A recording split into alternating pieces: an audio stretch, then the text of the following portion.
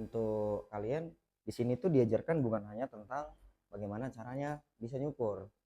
Nah, artinya toh juga nanti kalian kedepannya kan bakalan bagaimana caranya eh, mengajak orang untuk yakin kalau cukur sama kita. Itu paling penting.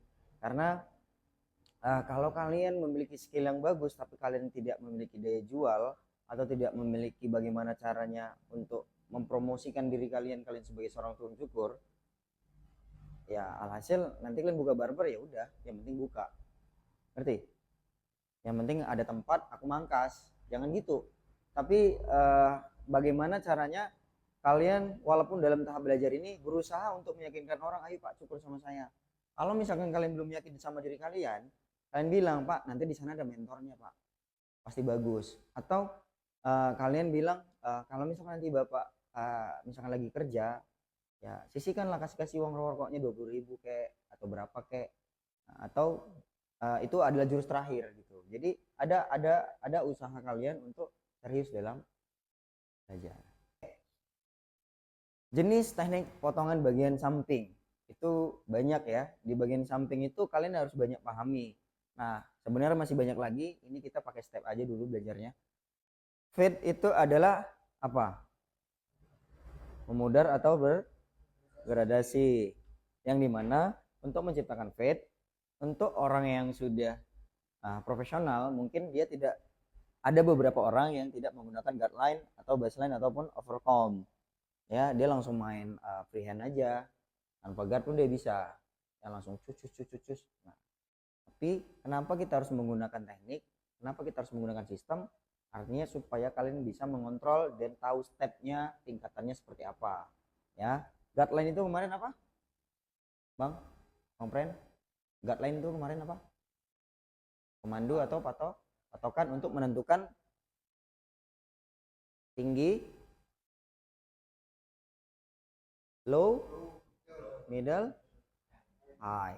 Paham ya di sini ya. Kemudian kalau misalkan dalam keadaan rambutnya yang tinggi, kurangi ketebalannya ya. Kurangi ketebalannya, bisa menggunakan guard dari 0,5 atau 1 sampai dengan 3. Artinya semakin rendah guard ke bawah, semakin tipis. Ini udah ditulis bang? Udah semua? Udah tahu ya tadi maksudnya ya? Kita bahas taper sama fade yang umumnya digunakan setiap tukang cukur. Jadi kalian harus memahamin itu. Taper itu bisa juga bergradasi, bisa juga dengan tegas. Fade itu nggak harus juga dengan bawahnya habis kan kandas, karena fade itu adalah gradasi. Memang mulanya fade itu identiknya dengan potongan yang di bawahnya itu skin, karena orang luar negeri memiliki kepala yang square, kepala yang rata. Nah kalau orang Indonesia rata-rata kalau dipaksain dengan skin itu jadi bakalan aneh karena banyak tulang kepala yang menonjol. Nah paham ya maksudnya ya. Nah jadi fade itu juga nggak harus main tipis. Dan kemudian ketika kalian mencukur, jangan bereksperience sendiri, jangan berpikir sendiri. Jadi karena kalian sudah belajar tentang fade,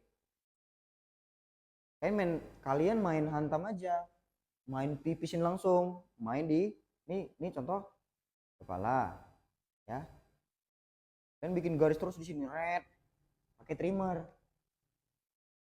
Customer nggak tahu ini maksudnya apa kok dicoak kayak gini bang. Nah kecuali kalian ada komunikasi terlebih dahulu.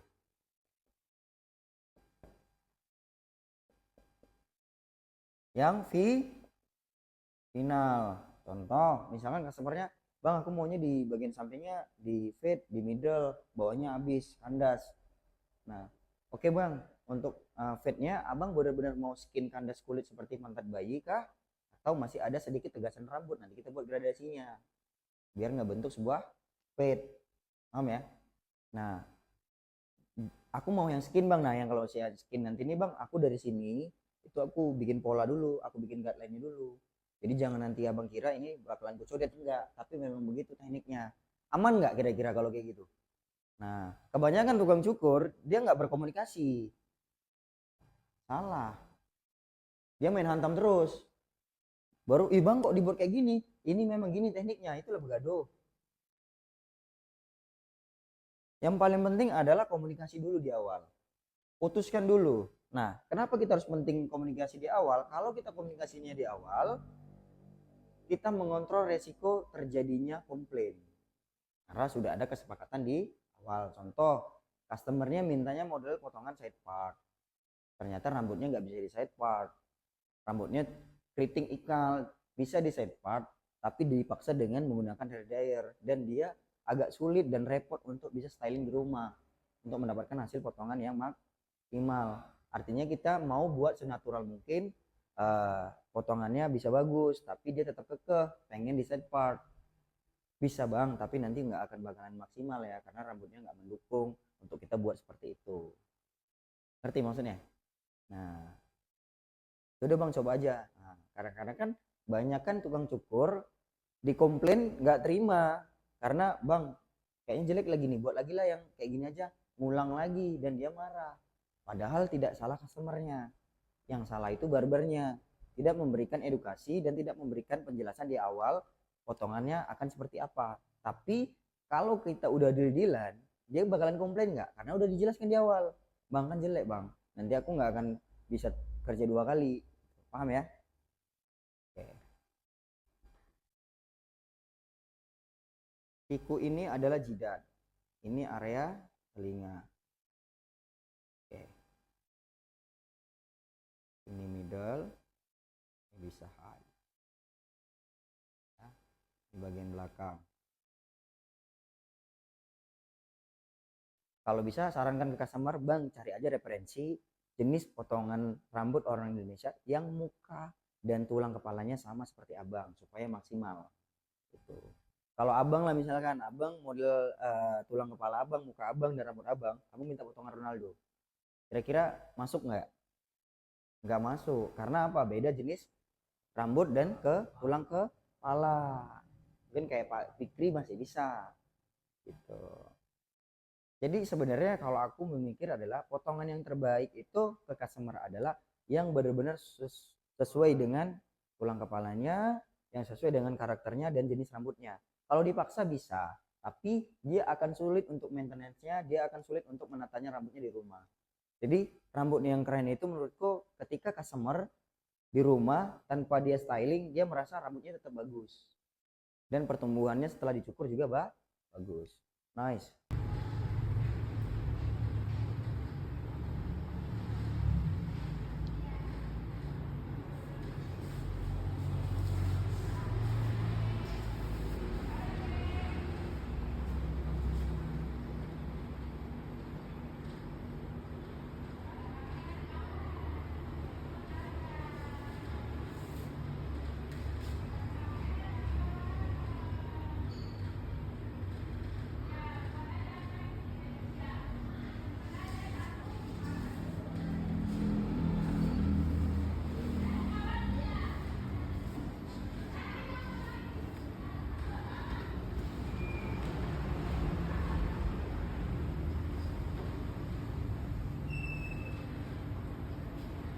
Fokus ke sini.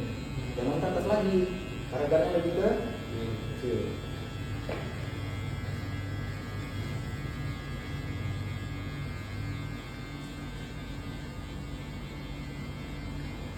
Oke, kalau mau nggak naik, ininya outnya di seluruh kapal, levelnya di koper.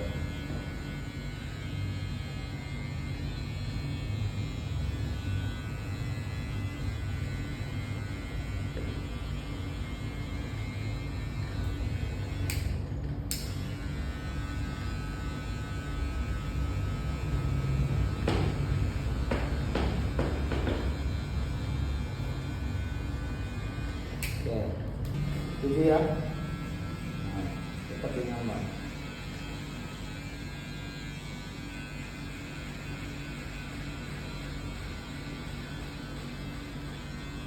Harus rata, kalau nggak rata.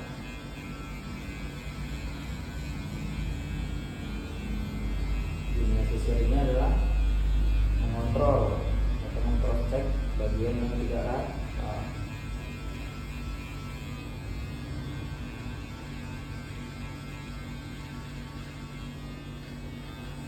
dibilang lah, karena dari 1 lompat ke 2. Ambil nomor 1 lagi.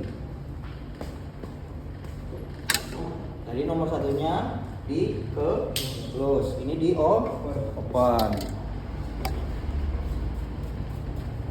Enak ya kalau nengok ya. Oke, ini ya. Set.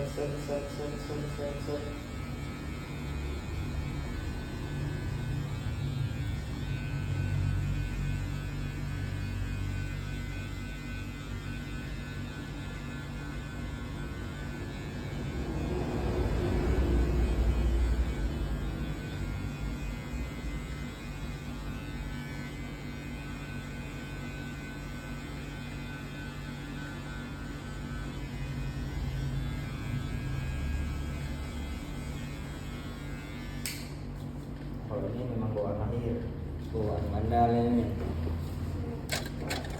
Oke, kita cek lagi ke bawah, masih gelap di bawah. Oke, nomor.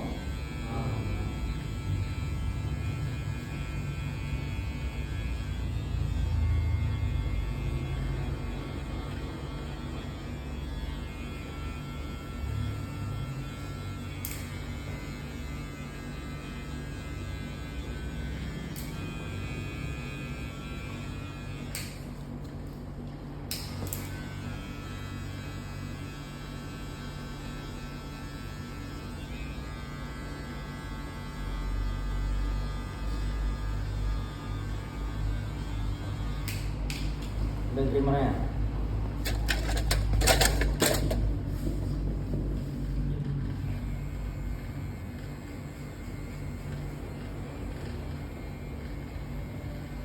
Kita tidak boleh melewati bak. Saya tidak mengganggu tingkatan yang sudah dibuat.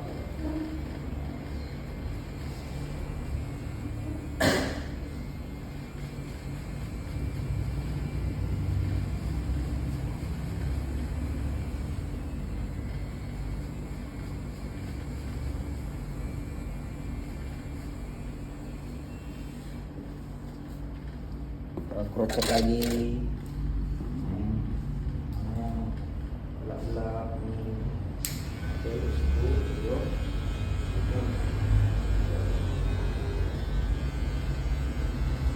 cepat tapi nggak buru-buru lagi.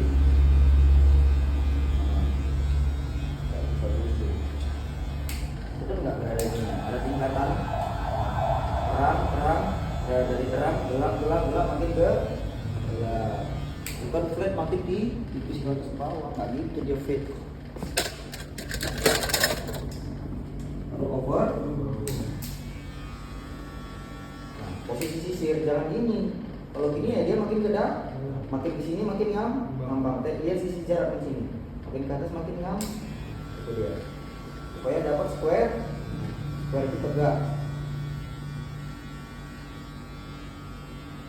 Yang penting jangan lewatin lid ini, jangan keluar dari area sisir supaya tidak kemakan yang lain.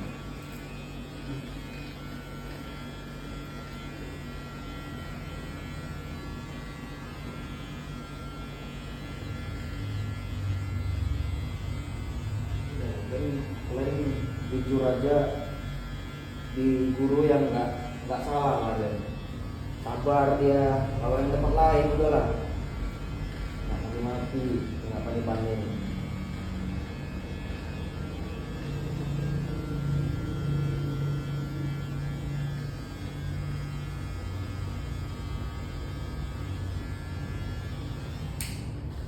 Lihat di sana square nggak? Nah, cek.